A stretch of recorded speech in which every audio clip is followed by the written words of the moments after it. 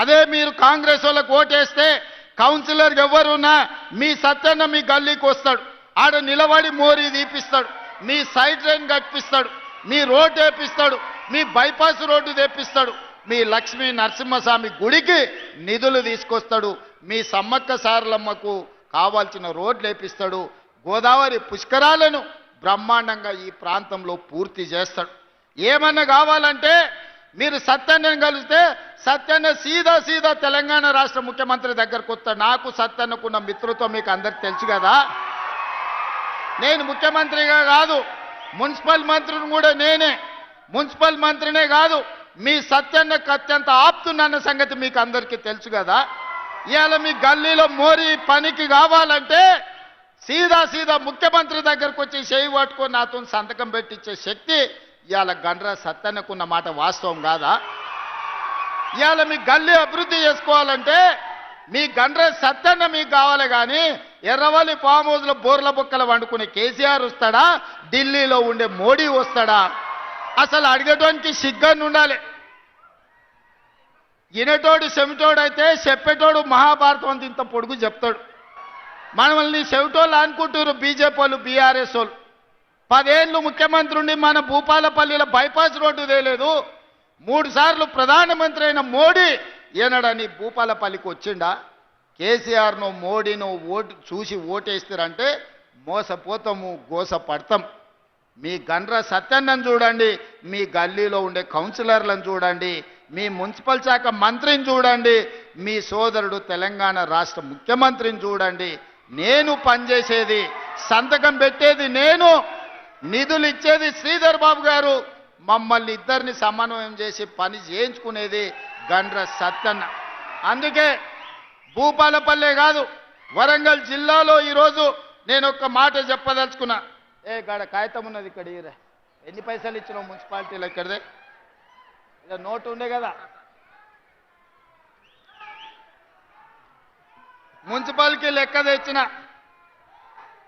మొత్తం తెలంగాణ రాష్ట్రంలో మనం కౌన్సిలర్లు లేకపోయినా, కార్పొరేటర్లు లేకపోయినా, మున్సిపల్ చైర్మన్లు లేకపోయినా, మేయర్లు లేకపోయినా 2 ఏళ్లలో 17,442 కోట్ల రూపాయలు మున్సిపాలిటీలకు ఇవ్వడం జరిగింది.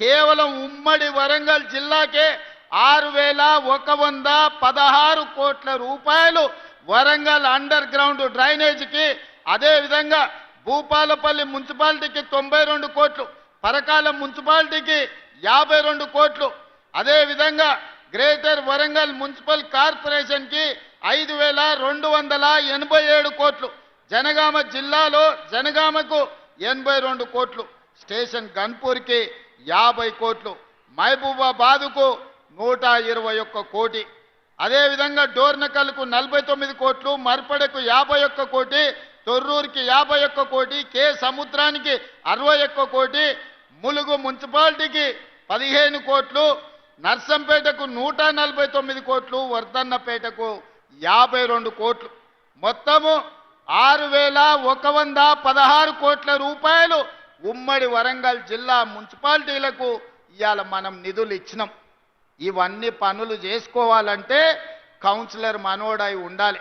పెద్దలు చెప్పారు మట్టికి పోయినా ఇంటోడే పోవాలని. కౌన్సిలర్ ఎవరో ఉంటే ఎమ్మెల్యేని కలవలేడు, ఎమ్మెల్యేని అడగలేడు, ఎమ్మెల్యేకి చెప్పకపోతే మంత్రి సహాయం అందించలేడు, మంత్రి సహాయం అందించలేకపోతే మున్సిపల్ మంత్రిగా నేను కూడా నిధులు ఇచ్చే పరిస్థితి ఉండదు. కాబట్టే ఆయన కేసీఆర్ ముఖ్యమంత్రి, ఆయన కొడుకే మున్సిపల్ మంత్రి. వెనకటికి ఎవడోనంట పెళ్లికి పోయేటప్పుడు అంట పిల్లిని సంకల పెట్టుకొని పోయినంట, ఏదో ఉంటుంది తోడని. కేసీఆర్ను ముఖ్యమంత్రిని మీరు చేస్తే కొడుకుని మున్సిపల్ మంత్రి చేసుకున్నాడు.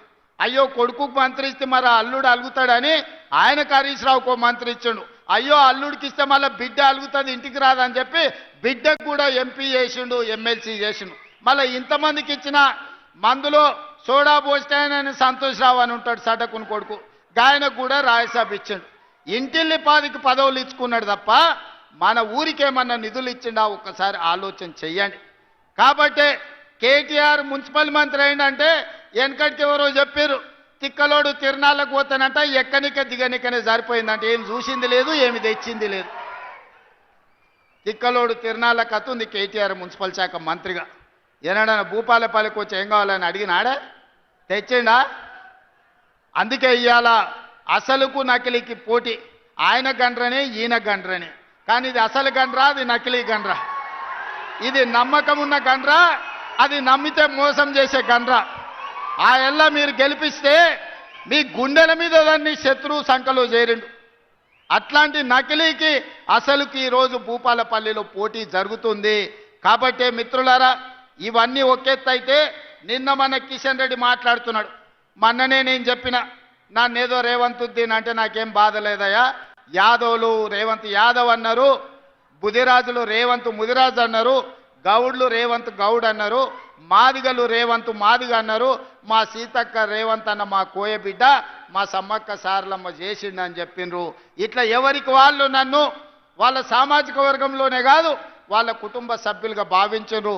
నేను అందరి వాడిని, అందరి కోసం పనిచేసేవాడిని. నన్ను ఎవరు ఏ పేరు మీద పిలుచుకున్నా నాకేం బాధ లేదు, నేను సంతోషంగా స్వీకరిస్తా. రేవంత్ ఉద్దీన్ అన్నా పర్వాలేదు, పీటర్ రేవంత్ అన్నా పర్వాలేదు, రేవంత్ మాదిగ అన్నా పర్వాలేదు రామచంద్రరావు గారు.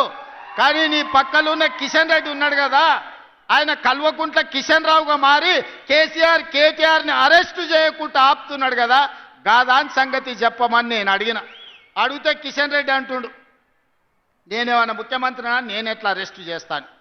నేను అడగదలుచుకున్నా, అయ్యా దేశం కోసం ప్రాణాలు ఇచ్చి దేశం కోసం వేల కోట్ల రూపాయల ఆస్తులు ఇచ్చిన మోతీలాల్ నెహ్రూ 1000 కోట్ల ఆస్తులు దానం చేసిండు.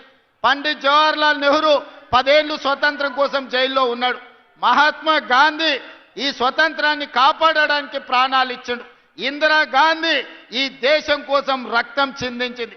రాజీవ్ గాంధీ ఈ దేశాన్ని సమైక్యంగా ఉంచడానికి ఈరోజు ఆత్మ బలిదానం చేసుకొని ఒక వీరుడుగా ఈరోజు పని చేస్తున్నాడు.